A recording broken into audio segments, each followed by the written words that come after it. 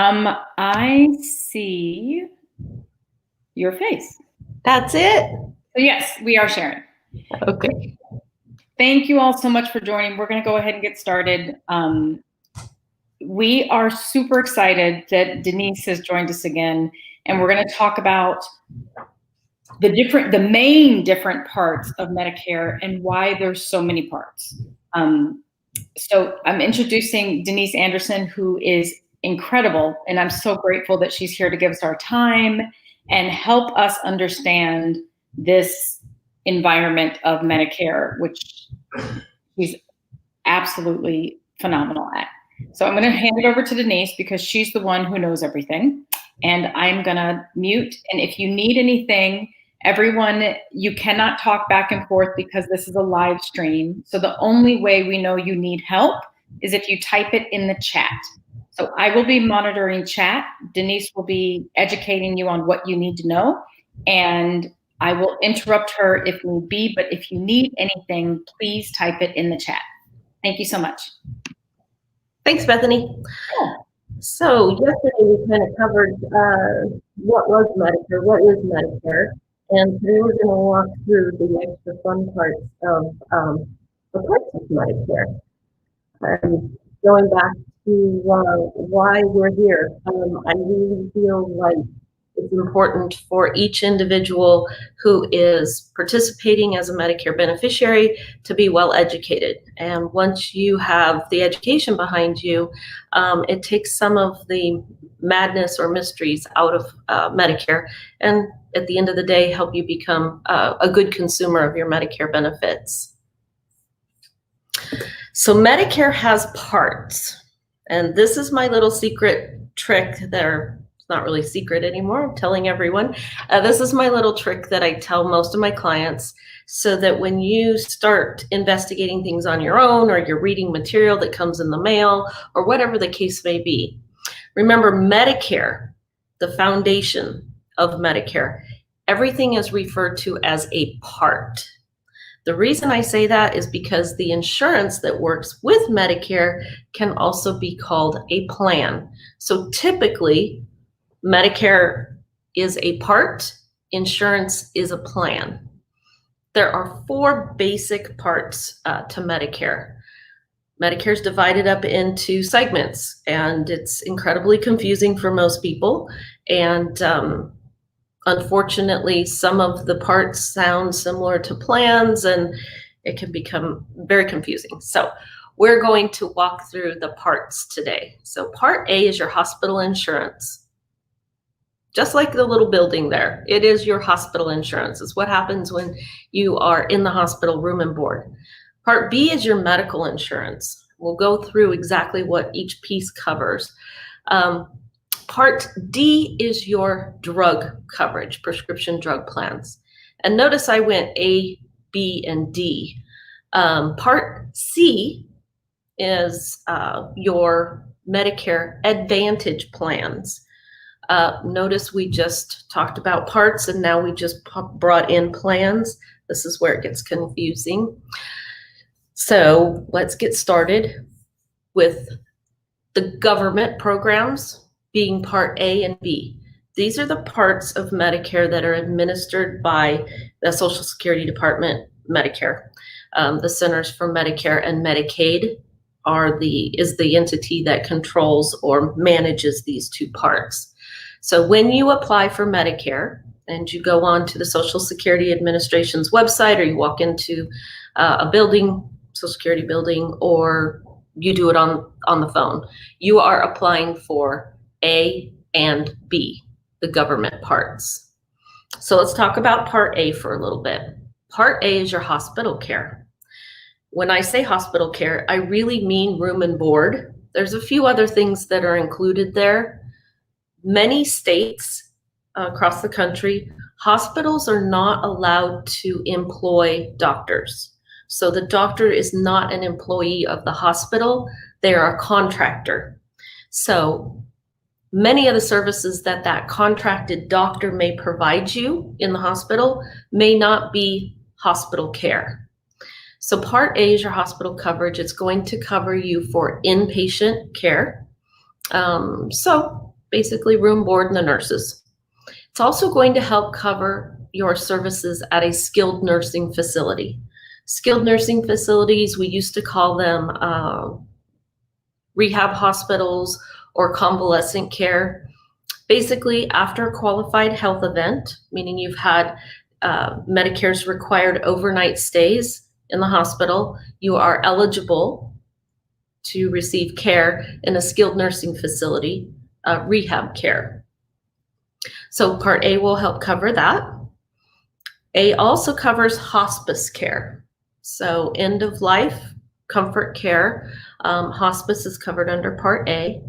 And then also home health care. Let's talk about home health care for just a minute, because home health care isn't what it sounds like.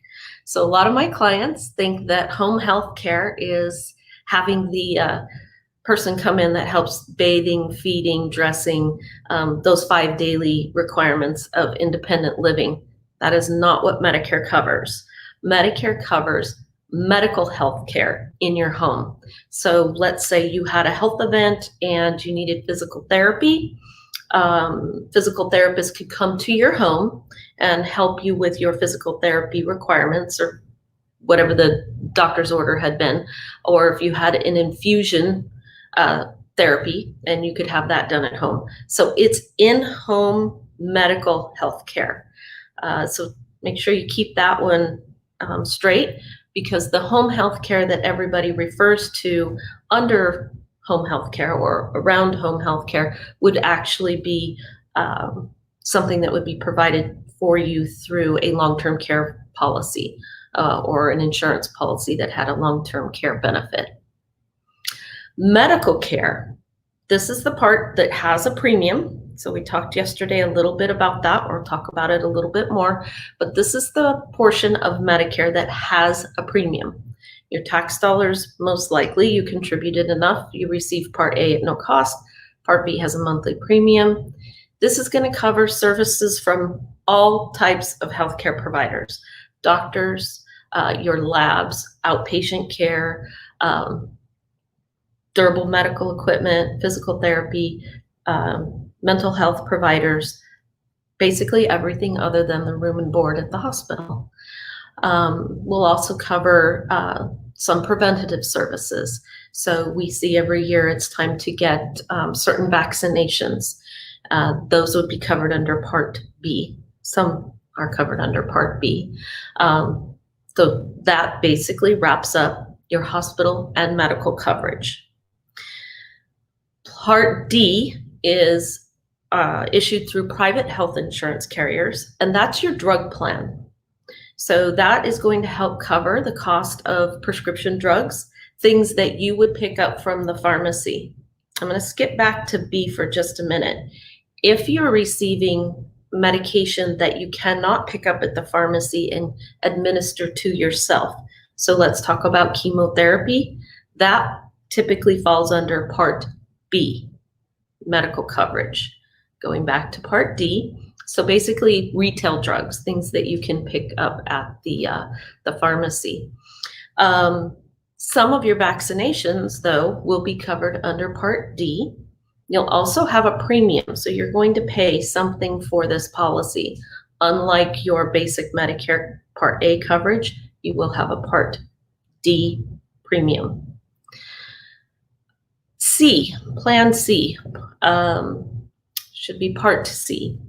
Part C is a combination of our Part A, B, and typically Part D benefits blended into one insurance product that is designed to work with original Medicare or the government programs.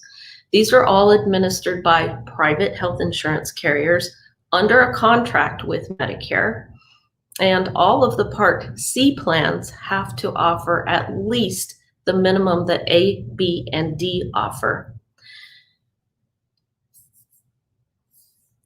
Couple terms that you need to understand in order to figure out how your insurance is working with Medicare or what your responsibilities are.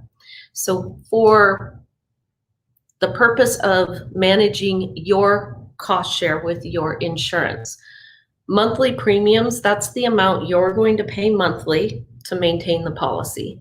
Most of us, that one makes sense. The deductibles are the amount that you're responsible for paying prior to the insurance paying their portion. So you still might receive a negotiated rate, so a contractual rate. You're a Medicare beneficiary. The provider has to charge you or cannot overcharge you. There's a fee schedule or contractual rate that would be available to you even though you're still retiring the deductible. Once you have retired the deductible, then you're going to be responsible for either a copay, so that's a fixed amount that you pay for a certain service, or coinsurance, which is typically a percentage. Sorry about that. The percentage that you would pay would be based on the contract, as well as the copay would be based on the contract. So when you have an insurance policy, you'll have both of those delineated. Both of those will be delineated for you, so you know what your obligation or your contribution would need to be. Now let's talk about how much Medicare costs us. So remember, we've mentioned a couple times that it's not free. So the Medicare Part A and B.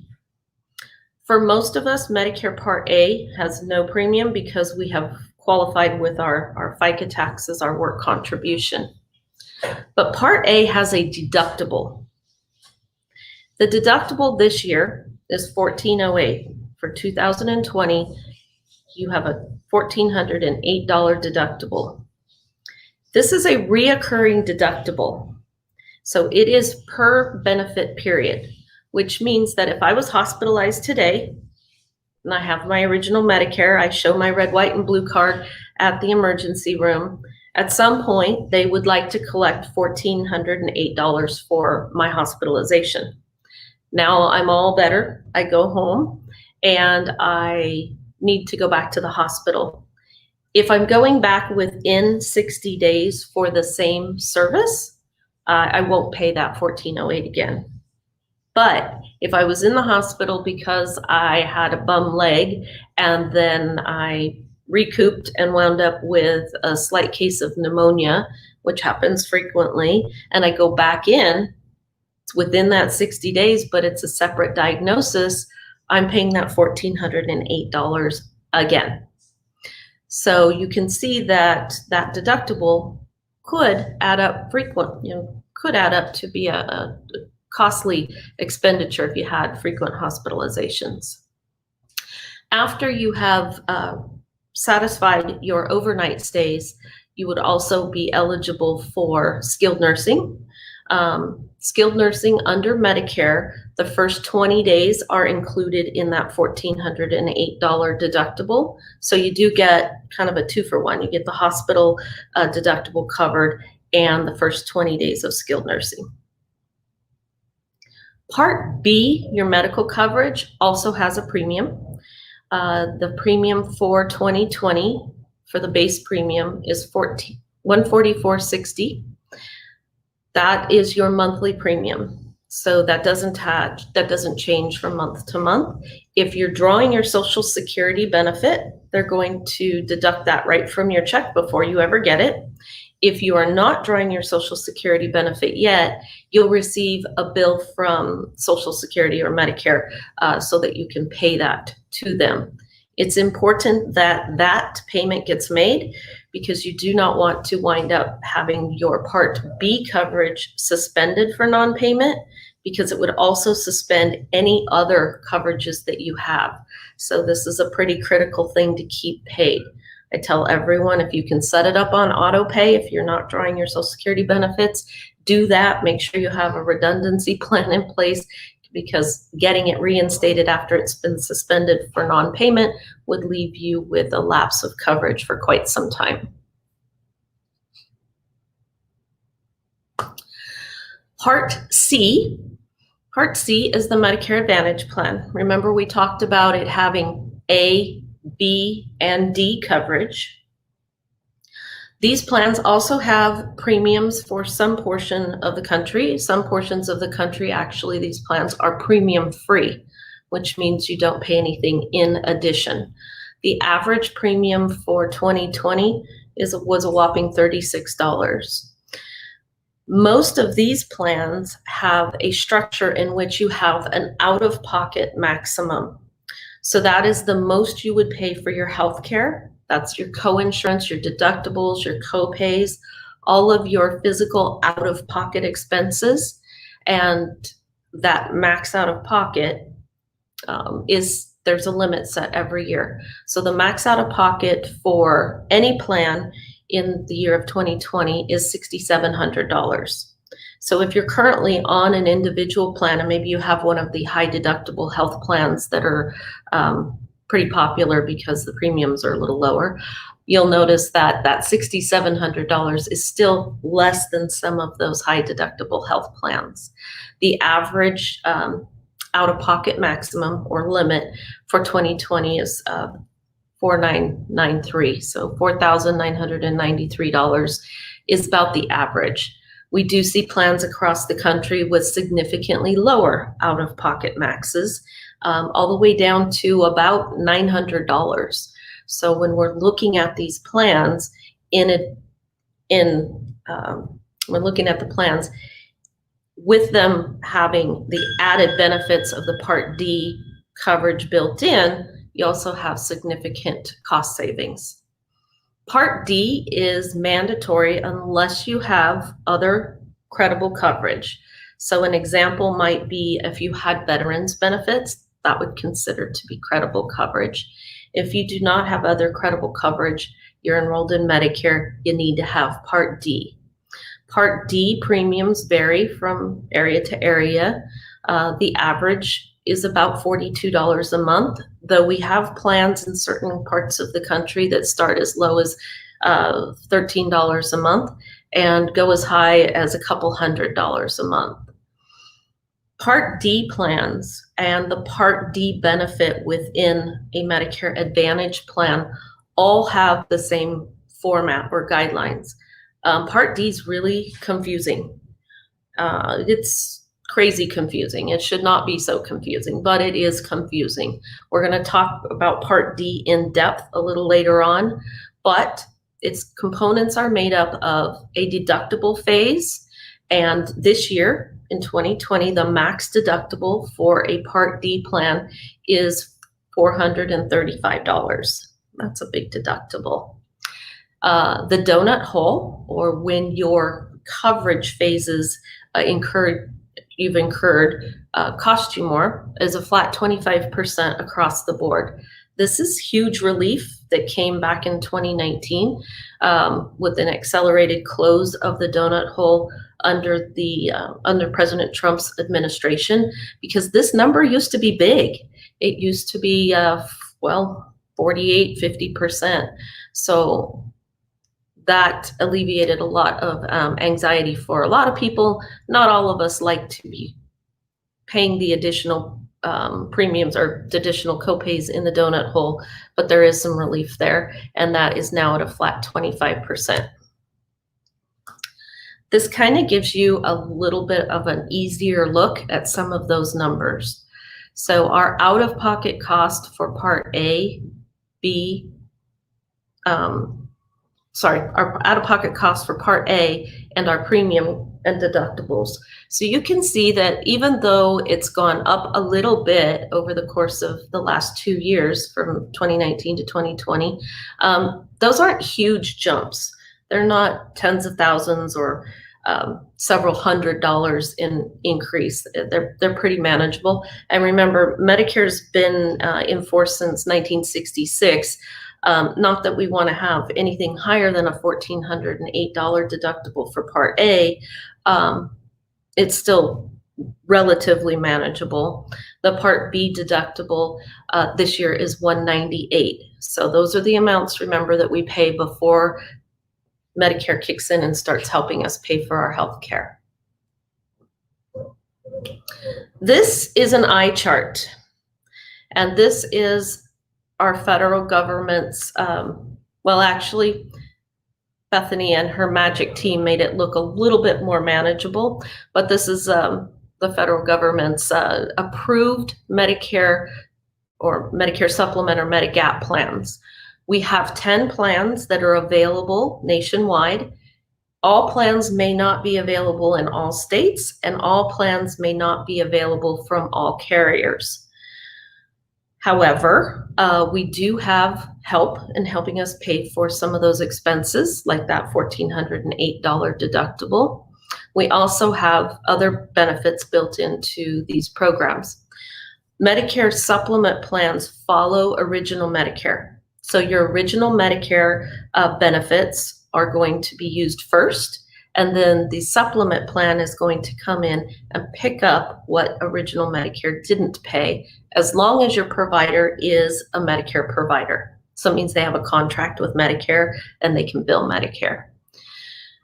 In 2020, Plan F and Plan C, remember we had a Part C, now we have a Plan C. So in 2020, those two programs were suspended for any new Medicare beneficiary. So what that means is if you are turning 65 today, tomorrow, or anytime in the future, basically anytime past January 1 of 2020, those two plans are not available for you to purchase. If you turned or were eligible for Medicare, turned 65 or were eligible for Medicare prior to January 1 of 2020, and your chosen health insurance carrier is still offering those plans, you may participate. If you're in one of those plans, you can continue with that plan. So just new beneficiaries are not able to participate. So if you can draw your attention to Plan G column and Plan F column, we'll show you what changed there. So Plan G would be your top of the line coverage, if you will, most comprehensive coverage. And you'll notice under the Medicare Part B deductible line, you have an X there. So what that means is that Plan G beneficiaries would have to pay the Medicare Part B deductible. Okay, so let's make sure we didn't lose anybody there. Plan G, you pay the Part B deductible. Once you've paid the Part B deductible, this plan will pay 100% of your coverage for all qualified Medicare of health events. Note that under foreign travel, it says 80%. Remember, Medicare is a US insurance program. It doesn't work outside of the US. So if you are traveling abroad and you have a health event, it is likely that your Medicare supplement plan provider will help you with reimbursement up to 80% of the cost of that care. Know that if you're traveling outside of the country and you're receiving care in a country where English is not their dialect, you are going to have all of your medical records translated into English before you can submit them for reimbursement.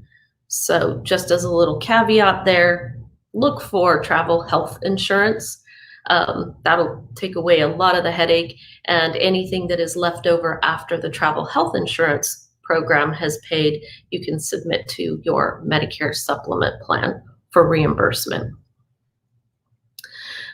Going back to this chart before I switch, the popular plans, F always has been very popular. So if you were 65 prior to January 1 of 2020, you may have found yourself in that plan.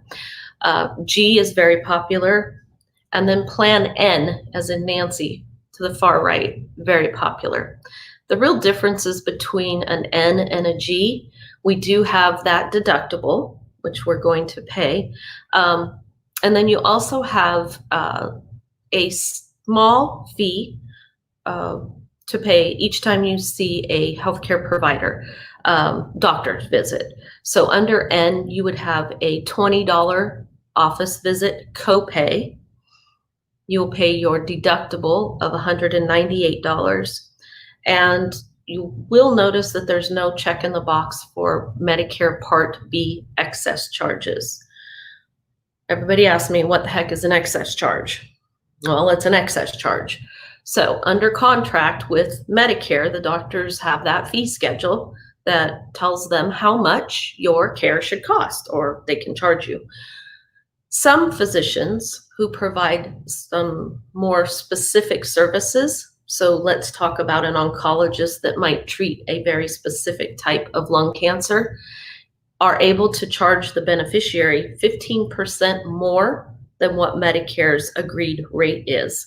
So some of the Medigap or Medicare Supplement plans will cover that fee for you, that 15%, and then some of them will not. So F and G cover the excess charge, and unfortunately, those are the only two. When you're comparing Medicare Supplement plans, do spend some time looking at the carrier themselves and also the rates. They can be different amongst the carriers. So a Plan G from carrier A may have a completely different rate than Plan G from carrier B, but know that they have to cover the exact same medical care.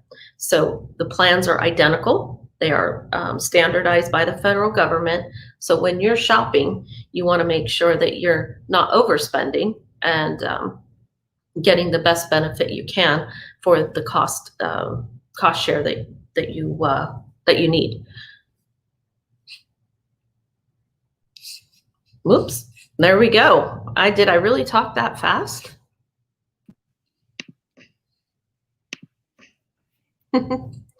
It was great. Can you go back to the chart real quick, Denise? I'm sorry. Sure. Yeah. So we have a lot of questions.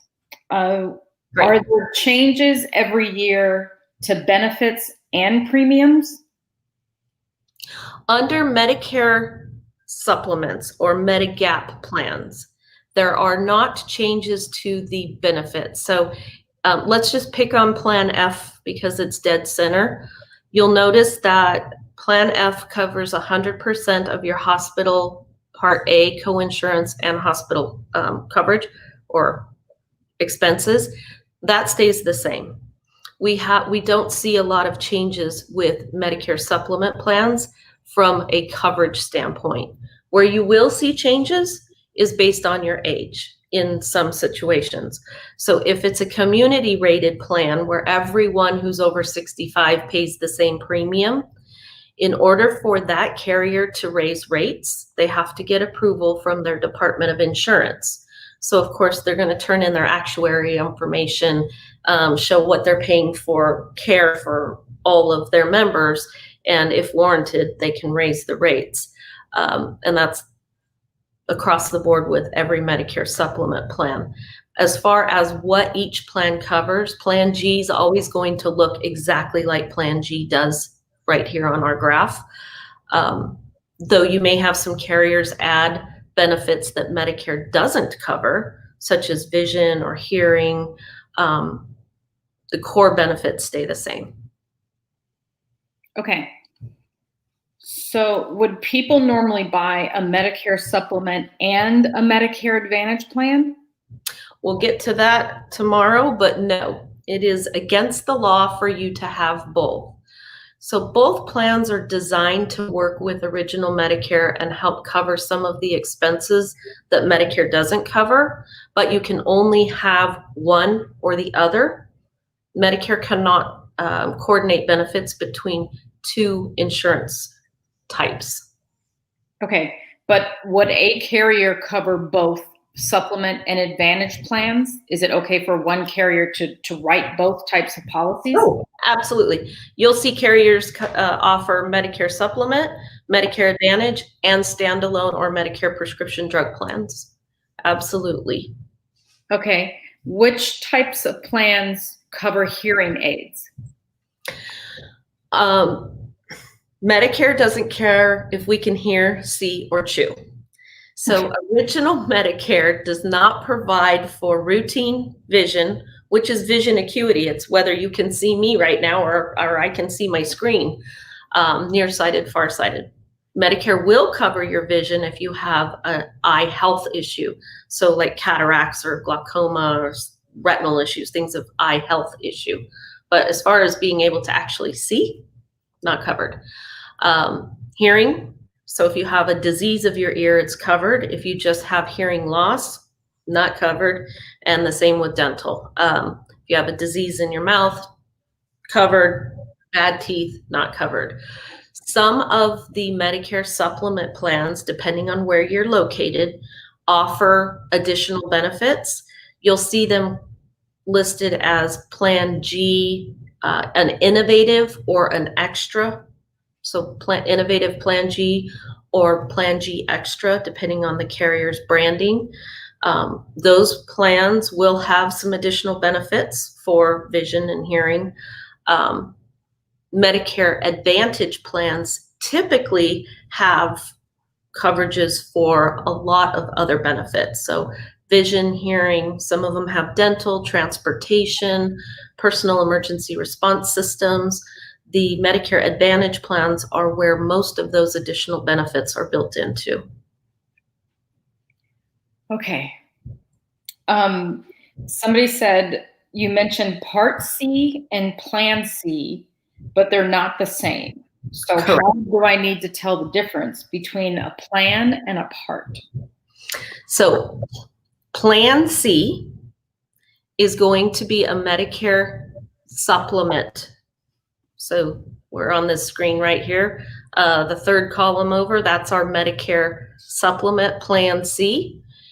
It covered pretty much all of our Medicare expenses except for excess charges.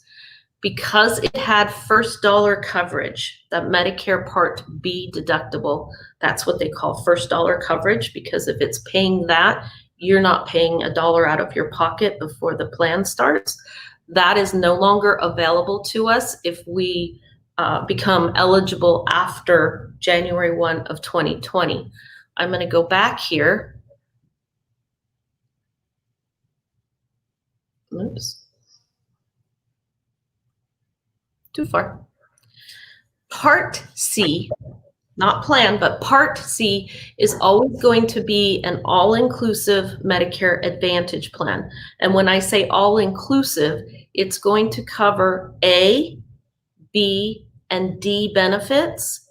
It's pretty easy to identify a Medicare Advantage plan over a Medicare Supplement plan because they have to put that labeling on their marketing material. And usually it'll cover your drug coverage as well. So when you're looking at different options, if you're new to Medicare, you're probably not going to be looking at the Medicare Supplement Plan C. You'll be looking at a Medicare Advantage plan. Those are typically going to be PPO, HMO, or some variant of POS, point of service plans. I'm going to throw something out just because it ran through my head here. When we talk about PPO, HMO, POS, point of sale services, those are all going to require a network of provider. We're going to get into networks later on in the week, but those will all require your healthcare to be delivered from a network of contracted providers, whereas the Medicare supplement plans, all these guys, there is no network. The doctors are not networked together in any fashion except for they all accept Medicare or they all have a contract with Medicare. So under a Medigap or Medicare supplement plan, you're not going to be restricted to a network of physicians, but you will have to make sure your physician is able to accept or bill Medicare, but you can use this coverage nationwide. There's no restrictions. Most of the PPO, Medicare Advantage PPO providers are nationwide as well. And then your POS, or point of service, and your HMOs, your health maintenance organizations, will be a little bit more of a geographic footprint. How's that? Okay. Whew. Okay. Are there maximum charges for hospital stays? Say someone gets sick with COVID, can their insurance stop? Like they reach their maximum coverage? No, they cannot. So Medicare has no maximum. Medicare, original Medicare, your A and B, has no maximum. They'll keep paying as long as you're alive. The only time that Medicare will cease payment, let's talk about physical therapy. If you're receiving physical therapy and not showing any improvement, when they reevaluate you, they may not continue to pay for services that are not providing benefit to you. But as far as COVID, if you're hospitalized, you have any form of Medicare, whether it's a Medicare Advantage plan, original Medicare with a supplement, they will not stop. There is no out-of-pocket or spend limit. Sorry, there is an out-of-pocket max on Medicare Advantage, but there's no spend limit on Medicare. And that's not COVID specific. That's just using COVID as an example diagnosis. Correct. Okay. But what if, Denise, is there, when you just mentioned they're getting physical therapy, is that similar to them going to a rehab facility or short-term care facility? So if you're in rehab, we've had a qualified hospitalization and we're going to rehab. Rehab is a maximum of 100 consecutive days or 100 days within your benefit period. So let me try to explain that and see if we can follow. Your maximum days in a skilled nursing facility or rehab is 100 consecutive days for Medicare to pay for your room and board. If you need to stay beyond 100 days, Medicare will still pay for your physical therapist to come in and work with you, but they're no longer paying for your room and board. Room and board is on you. You're going to need to facilitate that. That's the most expensive part of the whole program. But Medicare will still continue to pay for your physical therapy. If you were in a skilled nursing facility, let's say you were there for 25 days and you went home and you came back within 60 days, whatever that readmitment day starts the clock, it continues. It doesn't reset. Now, if you're out of a skilled nursing for 60 days and you go back again, then that 100-day ticker restarts. So you have your first up to 100 days of consecutive care. After that, you've used your benefit up. You have to pay for your room and board yourself, but Medicare will still continue to provide payment for doctors and labs and things of that nature. If you've been in there for a couple days, you leave, you come back within a 60-day window, the ticker continues. So you could come in and out 4 or 5 times and elongate that 60-day window and still max out to your 100 days, but not been in the facility for 100 days consecutively. Okay. Will one of the other supplement or advantage plans pick up after my Medicare stops? No. Okay. So if you have a Medicare benefit, your Medicare sets the guidelines. So if you are in a skilled nursing facility and you've maxed out your stay, you cannot change Medicare supplement plans to continue that coverage. That would fall under skilled nursing. Okay. Is there any way a patient can find out in advance if their doctor is going to charge excess charges for their care? That's, whoever asked that question, pat yourself on the shoulder. That's awesome. That's Bonnie.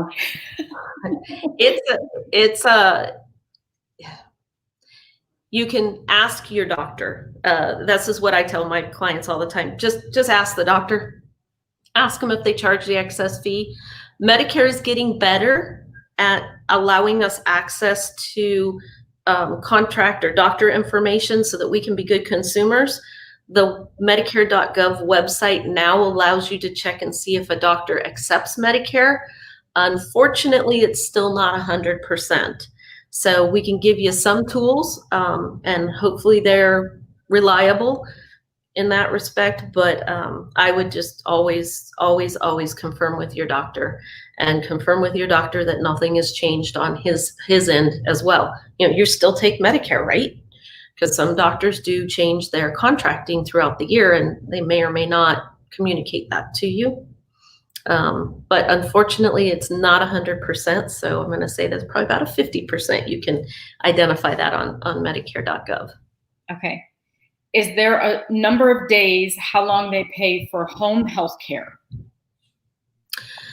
Home health care, as long as it's medically necessary, and you still have the diagnosis that supports it. So if you're doing infusion therapy and you need an infusion once a month for the rest of your life, they will continue that. If you need physical therapy, there will be at some point that benefit limited because they will need to show that continued improvement. So you're either going to continue with physical therapy till you improve, or if physical therapy is not helping you resolve the situation, either way, you're going to reach a limit on that benefit. Okay. Okay. So somebody mentioned the biggest concern. If COVID is their biggest concern, which plan would protect me the best if I end up hospitalized and on a ventilator? Well, I'm going to back that one up and say if COVID wasn't your biggest concern, you have two things that you want to be concerned about when you're choosing your Medicare benefits. You want to make sure that, one, you can effectively financially support your decision. And number two, that you have access to the healthcare providers that you are comfortable with, your own healthcare delivery system. So if you know that there's a hospital in town, that's the one you want to go to. If you were diagnosed with COVID, well, the plan, I could tell you the best plan for you, but if it doesn't get you to that hospital, is that really the best plan? Because that's the hospital that you want to go to. Mm-hmm. So I would back that up. All of the plans, whether it's a Medicare Advantage plan or a Medicare Supplement plan, are going to care for you if you are in the hospital and you do need a ventilator. What you need to consider, though, is access to that hospital. Does the hospital take original Medicare? Do they accept any of the Advantage plans? Does my doctor have privileges to admit me to that hospital? Or am I going through the emergency room? How am I getting into the hospital I want to go to? You want to make sure you have those pieces of the puzzle connected, and that we're not overspending for a plan that we can't afford.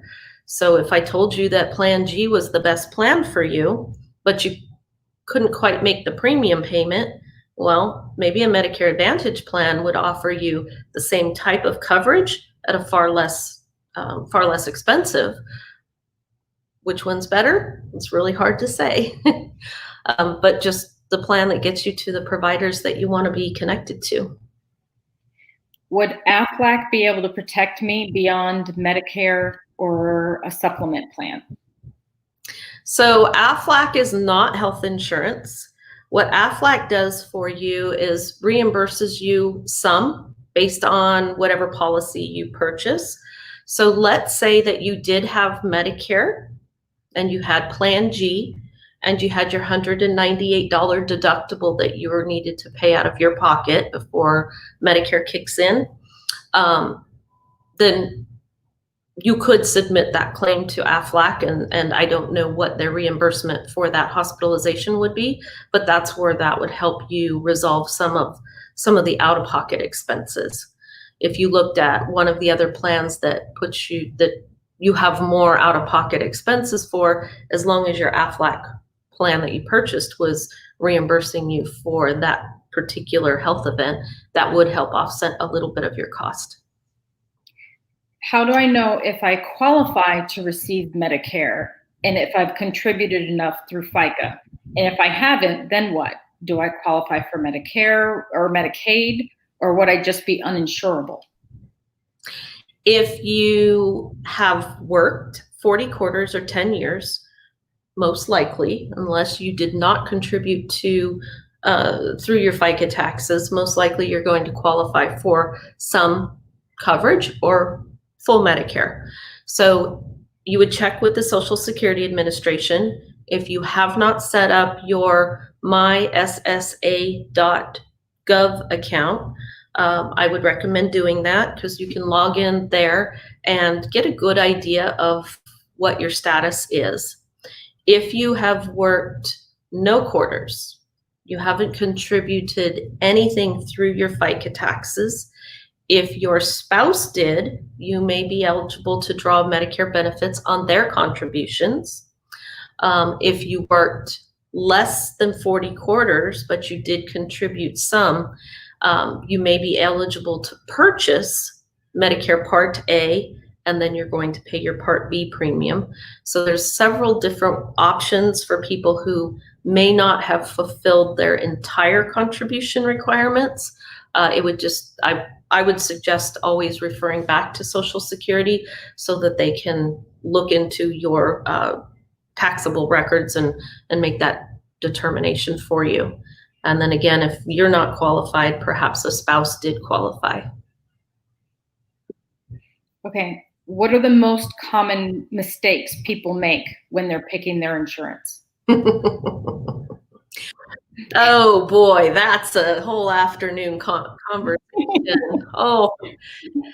I think the number one mistake that people make is getting what their best friend has. And when I'm teaching a live class, and I probably shouldn't say this, but I'm going to anyway, because it's usually worth a laugh. When you're searching through Medicare for the first time, it's confusing, right?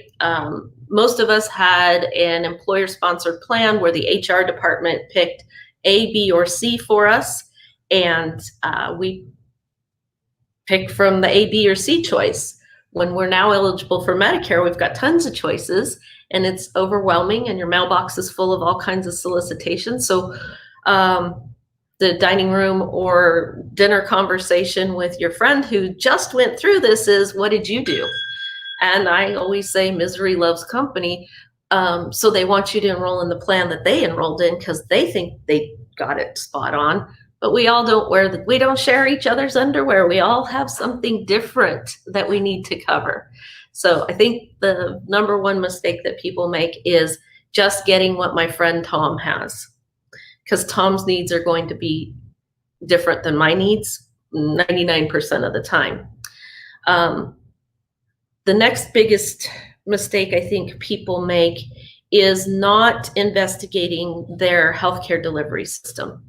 So Medicare doesn't cover 100% of our expenses. We know that. Leaves us with some obligations if we need care. Lots of times people say, I just want the best of the best. And the best of the best really isn't a defining option with Medicare, because there's so many different plans and so many different ways that you can receive your coverage. But looking at your healthcare delivery system, making sure that your doctors are in network and they're available to you. Many people get on the internet and they want to be the DIY warrior with their Medicare, which I completely understand. And they start looking up the carriers and they see that all of their doctors are under the carrier's Medicare program, whatever it is. Okay, problem solved. Buy that plan. What isn't clear is the network piece of it. Are all those doctors within the same provider network? Just because they're listed on the plan's providers doesn't necessarily mean that if I buy this policy that I have access to all those doctors. There's other steps in there. And I think people, when you're a DIY warrior, unless you know to look for those things, you might get stuck in a plan that limits your doctors or actually winds up costing you out of pocket to see those healthcare providers that are important to you.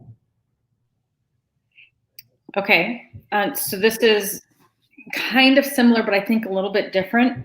What do you think that people misunderstand or is a myth that they just, maybe they heard or maybe they read something, and this is like one thing that you hear all the time and you're like, oh my gosh, if I could just tell the world this thing.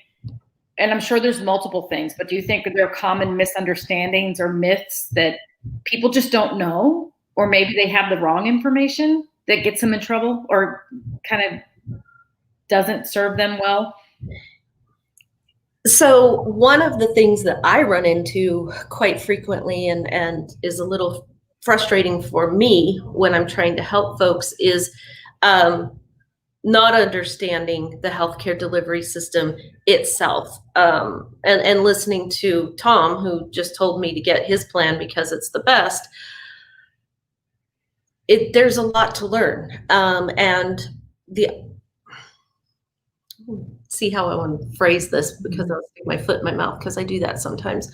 But relying on third-party information without investigating it in its entirety.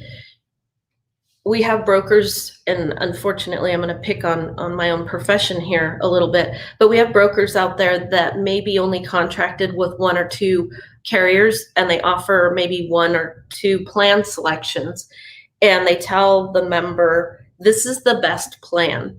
And I'll beat it into the ground that the best plan for you may not be the best plan for me, and the best plan out there, if it doesn't have my doctors available to me, is really not the best plan. Or heavens forbid, it doesn't cover my prescriptions.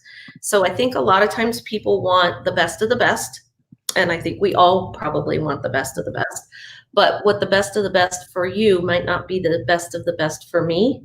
So not doing their homework and making sure that their drugs are covered and covered at the least expense, and that their doctors are available in the network that they need. I think that's usually where people kind of go south. Marketing is another piece of the puzzle that I think influences us a lot. And just because the health insurance carrier sends you the most paperwork doesn't mean that they're the best option for you. I have people come in, they have a stack. Okay, this carrier sent me this much, and this carrier sent me this much, and this guy's, oh, but I never heard of those guys before. Okay. If a doctor isn't the admitting doctor, can't you still go to the hospital by walking in like you would do with your traditional insurance?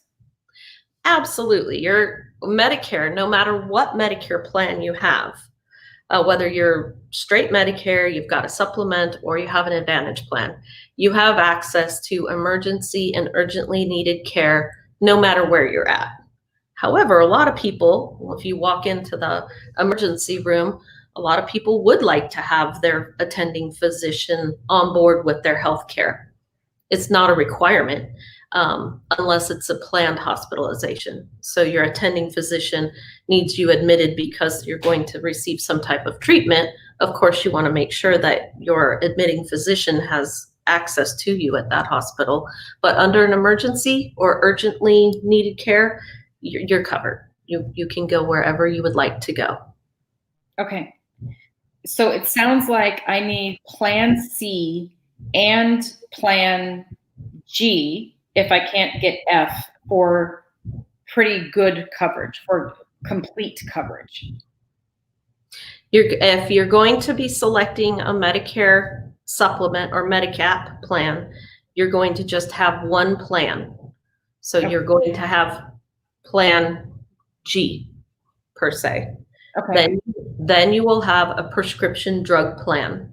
And those pieces of the puzzle, you'll have Part A, Part B, Plan G, and a Part D plan. That will be your holistic best of the best coverage. Okay, can you repeat that, Denise? Yeah. So if you decide you want a Medigap or Medicare Supplement plan, you are going to have from Medicare Part A and Part B. Then you'll select a Medicare Supplement plan, so Plan G, and then you will add a Medicare Part D plan. So you'll have one card, red, white, and blue card with Medicare. You'll have your Medicare Supplement Plan card, Plan G, and you'll have a prescription drug plan. So when you go to the doctor, you have three cards. Wow. Okay. Or you purchase or subscribe to a Medicare Advantage plan, which bundles all that stuff together, and you just have one card. Okay. Are pre-existing conditions treated the same way for Medicare as they are for traditional insurance? So when you are first eligible for Medicare, your initial enrollment period or your special enrollment period because you are leaving employer-sponsored coverage after the age of 65, there is no underwriting. Nobody knows about any pre-existing conditions. So you're 100% insurable regardless of any pre-existing conditions. If later on, let's say I purchased my Medicare Supplement Plan today, I'm 65, and at 72, I want to change plans, there may be some health underwriting involved. We're going to get through that a little bit more in depth, I think tomorrow or the next day. But there are underwriting possibilities for you after your initial enrollment period has expired. It's called a guaranteed issue. So when you're new to Medicare, your first time in, if you will, you're a guaranteed issue, means that there's no underwriting. Later on, if you want to make a move or if you miss your guaranteed issue window, then you may be subject to some health underwriting. So they would look at pre-existing conditions. It's not that they're not going to cover the pre-existing condition. If they take you, they'll cover you, but they may not want you at all. So you may not be eligible for that plan. That's for Medicare Supplement or Medigap. If you're looking at a Medicare Advantage plan, then you can, there's no underwriting. You're always guaranteed that plan because it is the primary payer. On a Medicare Supplement plan, they're paying secondary, so they get to be a little bit finicky. Medicare is always going to take you, and a Medicare Advantage plan is always going to take you.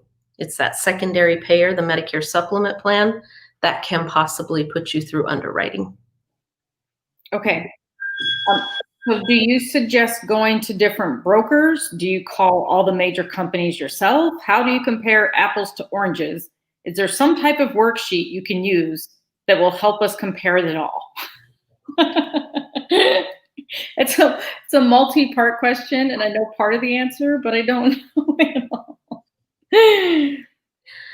So when you are seeking an advisor, when you're looking for somebody to help you through this, one of the things that I always tell people is, make sure that the person you're working with is diversified. They can go to 10 or 15 plans and pull the rate tables for those plans if you're looking at a Medicare supplement plan. The reason you want to look at all 15 plans is because their rates are going to be different. Their coverages are going to be identical. Do you want to sit online and pull up each carrier's rate tables? Probably not, unless you just are into that kind of thing. Most of the insurance carriers' websites nowadays require you to kind of go in and do your own personal quote. So it's a little laborious, and you may not get specifically the information that you're wanting. So really a broker, independent broker, not somebody who's contracted in a call center for XYZ carrier or somebody of that nature, but an independent broker who has a good breadth of carrier appointments is probably going to be your best resource. And they should be able to put side-by-side comparisons for you, provide you with benefit details, especially when we get into looking at the Medicare Advantage plans. The core benefits are going to look very similar across all plans, but the additional benefits may be benefits that will improve your quality of health and life. So there's several layers there. I would say get yourself a good broker. If you don't know where to find one, your financial advisors, financial planners, those guys usually have some people they refer to. Your doctor may have a broker that they refer to that is familiar with their practice. So ask around. Your friends may have somebody to refer you to as well. But I would definitely ask around and make sure that whoever you're working with can give you depth and breadth of the plans that are available to you. So won't it make my broker mad if I want info from all 15 plans? To get a new broker. Great answer. Get a new broker. If you're sitting in front of me and you want rates for 15 plans, you got rates for 15 plans. But you're not normal, Denise. I am normal. There are good people all over this world that will help. Okay. We need to find them that underwrite in more than the West Coast too. Okay. Okay, a couple more questions. I'm sorry. Is there a big difference between standard traditional employer covered insurance and Medicare? Yes. Yesterday you said we had to switch at age 65. Are we in for a big difference? Most people moving out of employer-sponsored coverage nowadays. So if your employer-sponsored plan is a conforming healthcare reform plan, which I don't know too many people that are still on legacy plans prior to healthcare reform, I think you're going to be happy with Medicare. Every single one of my clients come back and go, whew, this is a breath of fresh air. Most of the time, you're going to have lower cost share. Access to care is going to be greater. And there's just a lot more fluidness.